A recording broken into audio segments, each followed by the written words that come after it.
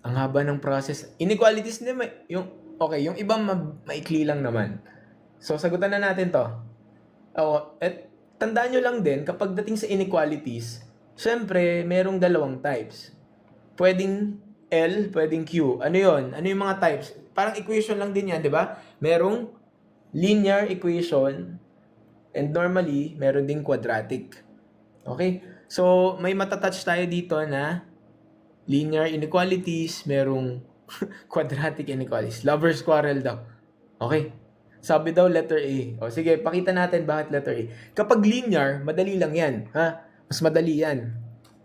Kasi yung equal sign mo, napalitan lang talaga ng inequality symbol. Kapag sinabing inequality symbol, yan yung mga, anong pinagkaiba ng linear at quadratic? Sige, mamaya touch natin. Ang mga inequality symbol yan yung greater than, greater than or equal, less than or equal, ganyan. Kapag naman difference ng linear at quadratic, ano ang degree ng linear? Uy, dapat alam niyo yung mga degree. 1, ito 2. Kasi ang, halimbawa, di ba, meron kang x equal something, o x lang yan, di ba, raised to 1 yan. Pero pag may nakita kang mga x squared, normally, ano yan? Yan yun, quadratic equation yan. Paano pag 3 na? O kaya 4 na, or 5? Di ba? O, mas mataas na degree na yan. Cubic, o yan. Tapos kapag mas marami na, mga polynomials na yon. Okay? O, balik tayo dito. Mabilisan lang to, ha. So, anong gagawin? 3x. Tignan nyo, yung mga options. X greater than or less than something. So, ang gagawin nyo lang, matitira lang din yung x. So, parang nagsosolve ng linear equation nga. Pero, gumagamit na tayo ng inequality symbol. So, ang gagawin ko, 3x, lipat itong 2x sa kabila, magiging minus 2x. Greater than, kopyahin lang. Yung negative 7, lipat ko. So, meron akong 5 plus 7. So, 3x minus 2x is x greater than, greater than, walang equal sign yan. Greater than 12. That's why the answer is letter A. Okay? 6, 7. Hindi. Warm up lang yan, Kaya sa inequalities. Okay? Punta tayo dun sa medyo mas level up ng inequalities. Next na. Dali lang yan. Anong fixture sa... Hoy, walang fixture sa UGCAT! Grabe kayo. Tutulan nyo pa sa sa munisipyo. Hindi, joke lang. Walang fixture. Hindi ko pa ina-upload yung first live, pero nag-upload na ako ng mga tigi-isang mga problem sa TikTok. So, makikita nyo naman dyan. Move tayo. Question number 2 sa inequalities. Which of the following represents the solution set for inequality? Ayan na. Anong type ito ng expression? Linear pa ba to o quadratic na to? Isama sa ugat. Quadratic kasi may nakita na kayong square, di ba? Oo. So pag ganyan, ang maano lang sa quadratic, although hindi pa tayo nagdi-discuss ng factoring, dapat pala nag-factoring muna tayo. Although, okay lang yan. Pero matatouch natin yung factoring next time. Kailangan natin ng factoring dito. Okay? So, ang gagawin nyo lang dyan, normally, ay gawin yung bakante yung kanan. Okay? Sir, ano ibig sabihin nun? Gawin mo siyang 0. Okay, so ang gagawin natin dyan, tingnan nyo, x squared minus 2x minus 8. Itong 7, ililipat ko na sa kaliwa kasi wala siyang kasama. Ikaw ba gusto mo wala kang kasama? Di punta ka sa kaliwa para may kasama ka na. Okay.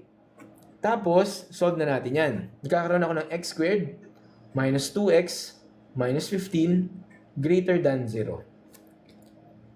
Okay? Hindi na siya lonely. So, ano ang factors ng x squared minus 2x minus 15? Pagdating dito, i-apply nyo yung factoring.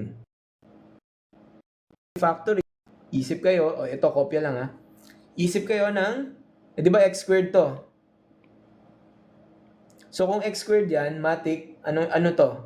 X times x, di ba? Tapos, dahil negative 15 to, isip kayo ng dalawang number na kapag pinag-multiply ay negative 15, pero pag pinag-add ay negative 2. Ano yun? minus 5, tsaka plus 3. Minus 5 plus 3. Oh. Kasi, negative 5 times x is negative 5x. X times 3 is 3x. Tignan nyo, pag pinag-add yan, negative 2x, which is tama. And kapag pinag-multiply mo ang negative 5 times positive 3, negative 15. Tama. Okay? O, purahin ko na yan ha. Pang-check lang yan. Tatandaan nyo, ito, remember, pagdating sa inequality.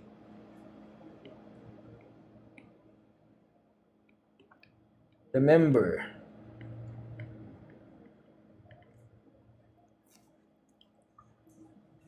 pag greater than, ang gagawin nyo lang dyan is equate nyo sa 0. Equate sa 0 yung factors. Yung factor. O, tandaan nyo paano mag-solve ng inequality kapag naka-greater than. Mag-apply lang to sa greater than ha. O. Di ba meron kayong makukuhang factors x minus 5 tsaka x plus 3. I-equate nyo siya sa 0. Okay? So, ano mangyayari? So, yung x minus 5, pag in-equate ko sa 0, magiging x equals 5. Okay? Yung isa naman, yung x plus 3, equate ko sa 0, magiging x equals negative 3. Tapos, ang next yung gagawin, magiging x greater than the larger number or x less than the smaller number. Okay? So, sa case na to, ano mangyayari? X greater than, ano yung larger? 5 or x less than negative 3.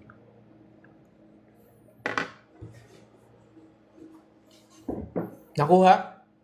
Ito, yan, medyo kailangan tandaan nyo yan, ha? Kapag nagsosolve ng inequality tapos greater than, overtime na. Okay? Pag greater than, pagka-factor nyo, i-equate nyo sa 0, and then yung lalabas na sagot, yung mas malaki, x greater than the larger number, tapos x less than the smaller number. So the answer is letter, ano letter? B. Ayan, wala nang ibang ano dyan. Unless mag-trial and error kayo. Okay, papakita ko naman paano yung less than. What if? Nakuha nyo lang yung flow. So, kailangan nyo lang i-absorb na ganyan siya, ha? Ano yung process natin? Nag-factoring tayo. Tapos, dahil greater than yung symbol, ano mangyayari? Equate nyo lang sa 0, yung factors. Tapos, x greater than larger, less than smaller. Okay, absorb lang to. Absorb, ganyan siya. Kasi kapag pinakita pa natin yung graph, baka mas malito pa kayo. Okay? Siguro yung mga ganitong problem sa UCAT, ganyan lang talaga siya. Normal. Very straightforward. Kaya nga kasi kung hindi nyo alam yung ganyang concept, nako, malilito pa kayo. Pakita natin paano kapag less than. O, iibahin ko na yung problem ha. Halimbawa, ang problem ganito na. O, another example na to ha, pero related pa din dyan. Malulubat na yata yung laptop. Okay, sige, maya.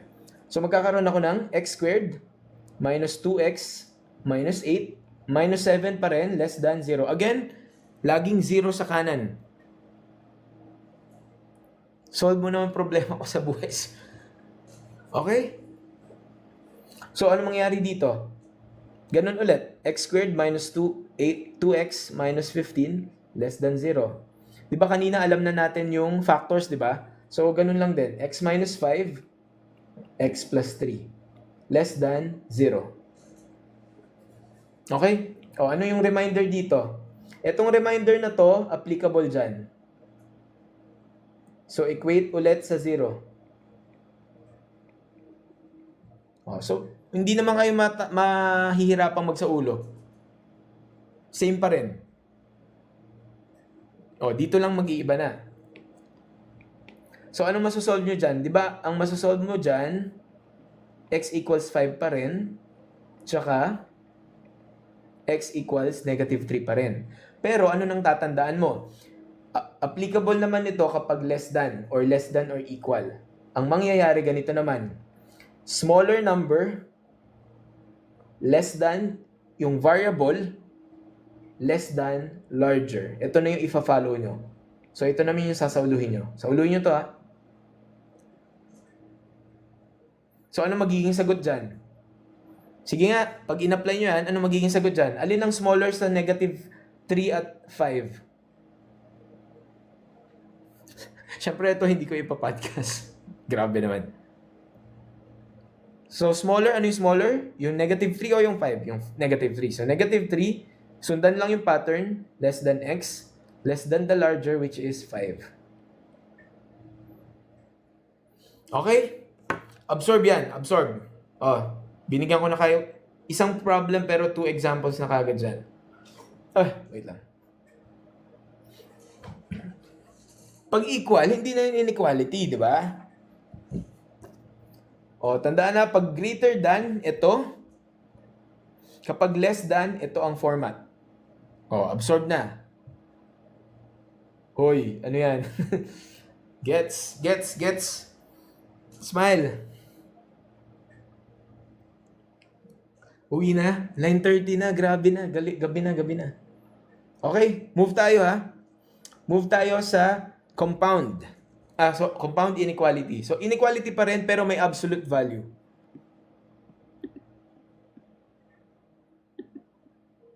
Okay? So anong ibig sabihin ng absolute value? Hinahanap na daw si Twinkle Toes na magulang niya. Okay. May nagtatanong, Sir, paano pag greater than or equal? Naririnig nyo ba yun? Naka-alarm na. Bedtime na ako. Bedtime. Tutulog na ako. Hindi. Kapag greater than or equal, gagayahin nyo lang din. So, magkakaroon lang din ng ganun. Magiging greater than lang din siya. Kasi kung halimbawa ito, nakaganyan siya, dilagyan nyo lang lahat ng equal sign. Yan. Okay? Yung mga nagtatanong kanina nung, Sir, paano yung nababaliktad yung sign? Okay, ganito yon. Nangyayari yon normally sa kapag halimbawa ganito. Halimbawa lang ganito Halimbawa nag-arrive na kayo sa ganyang level. Di ba hinahanap mo yung value ng x? Anong gagawin mo dyan para mahanap yung value ng x? I-divide mo yan saan? I-divide mo to saan? Para matira yung x, i-divide ko yan sa negative 3. Kapag nagdi-divide ng negative sa inequality, anong mangyayari? Dito, napapalitan yung sign. So, kung greater than, magiging less than. So, meron akong negative 5/3. Okay? Yan another learning lang. Reminder. Diyan nangyayari yung ibabaliktad rin yung sign. Nababaliktad lang kapag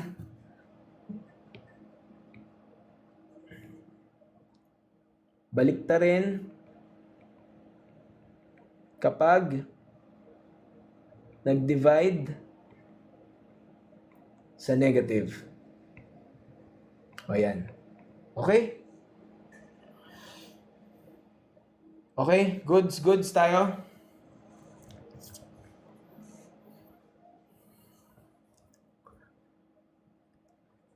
Iba po ba? Pag greater, kapag may equal, same lang din. Ganyan lang din format.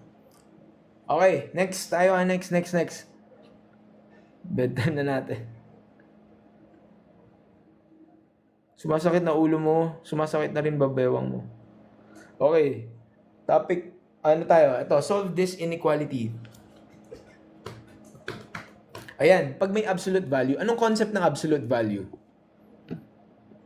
Malapit na tayo. 8. Ay, meron pa palang polynomials. Sige na nga, pwede naman tayong hanggang inequalities lang kung ayaw nyo na. May polynomials pa pala yung isa. Di ba magiging positive lang? So, halimbawa, concept muna nung absolute value. Ano ang absolute value ng 7? Di ba 7? Anong value ng absolute value ng negative 6? Di ba 6? Oh, 6, 7. Oh. Anong absolute value ng 6? 6. So, ganun lang ang absolute value. Laging, ano ang absolute value ng 67? O, di 67. Ang negative 67, so ano sinasabi niya lang ng absolute value sa atin? Regardless kung negative or positive siya, yung absolute niya, yung mismong positive niya. Okay? Ayun lang naman sinasabi niyan. O, yun lang pala yung sinasabi niyan eh. E di, okay. So, paano natin ina-apply or paano tayo magsosolve ng inequality kapag meron ng absolute value? Okay? Ang gagawin nyo lang dagi ay, ito lang tatandaan nyo ha. Itong tandaan nyo. Ano na sir? Ayaw gumalaw nung ano ko eh. Pen. Yan. Remember. Kapag meron ng mga absolute value. Absolute value sa inequality. O yan ha. Ito ang tatandaan nyo lang lagi. Ang gagawin nyo lang lagi ay magsasolve kayo ng isang greater than positive tsaka isang less than na negative. Okay? Paano natin i-apply yan? O, ito lang tandaan nyo ha. O, gamitin natin yung concept na yan. So, isang 2x minus 5 greater than 7, greater than positive 7, tsaka isang 2x minus 5 less than negative 7. Okay? Klaro? So, paano ko isa-solve yan? O, di isa-isa muna. Yung nasa kaliwa muna. 2x greater than negative 12. Negative 12 plus 5. So, positive 12. Positive 12. Di ba? Magiging 7 plus 5 yan. So, 2x greater than 12. Dito i-absorb nyo lang to Absorb. Pag inequality, absolute value, itatranslate yung equation sa isang naka-greater than positive at isang naka-less than negative. Okay? Kaya natin sinosolve yung 2x minus 5 greater than 7, positive. So, this is divide by 2, x greater than 6. Okay? Next, yung kanan naman. Okay? Yung kanan naman, 2x less than negative 7 plus 5. So, 2x less than negative 2. Divide both sides by 2. X less than negative 1. Bakit naging negative 7? Kasi nga, pag absolute value, ito yung tatandaan nyo i-equate nyo siya or gagawa nyo siya ng inequality na isang greater than positive nung constant at isang less than nung negative nung constant. Diba sa case na to 7? Kaya tignan nyo, ayan isang positive 7, isang negative 7. Laging ganon. Laging ganyan. Okay? Gets na? So, ang sagot natin letter, anong letter yan? So, lumabas itong dalawa, which is letter A. Sir, masakit na ulo ko. Okay? Yan na yung last sa inequality. Gusto nyo pa bang mag-proceed nito? Topic 9, topic 10? Addition, subtraction, multiplication, division. Bakit bawal yung letter D? Hindi. Sa greater than kasi yan eh.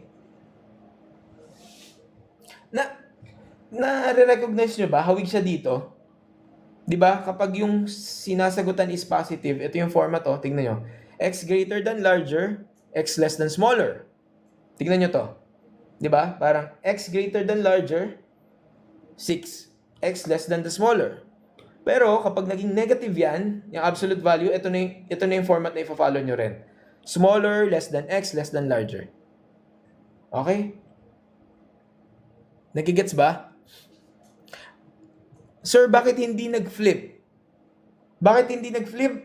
Kailan lang mag-flip ng answer? Kapag nag-divide sa negative. Nag-divide ba tayo sa negative dito? Hindi. Kaya hindi. Okay? Okay.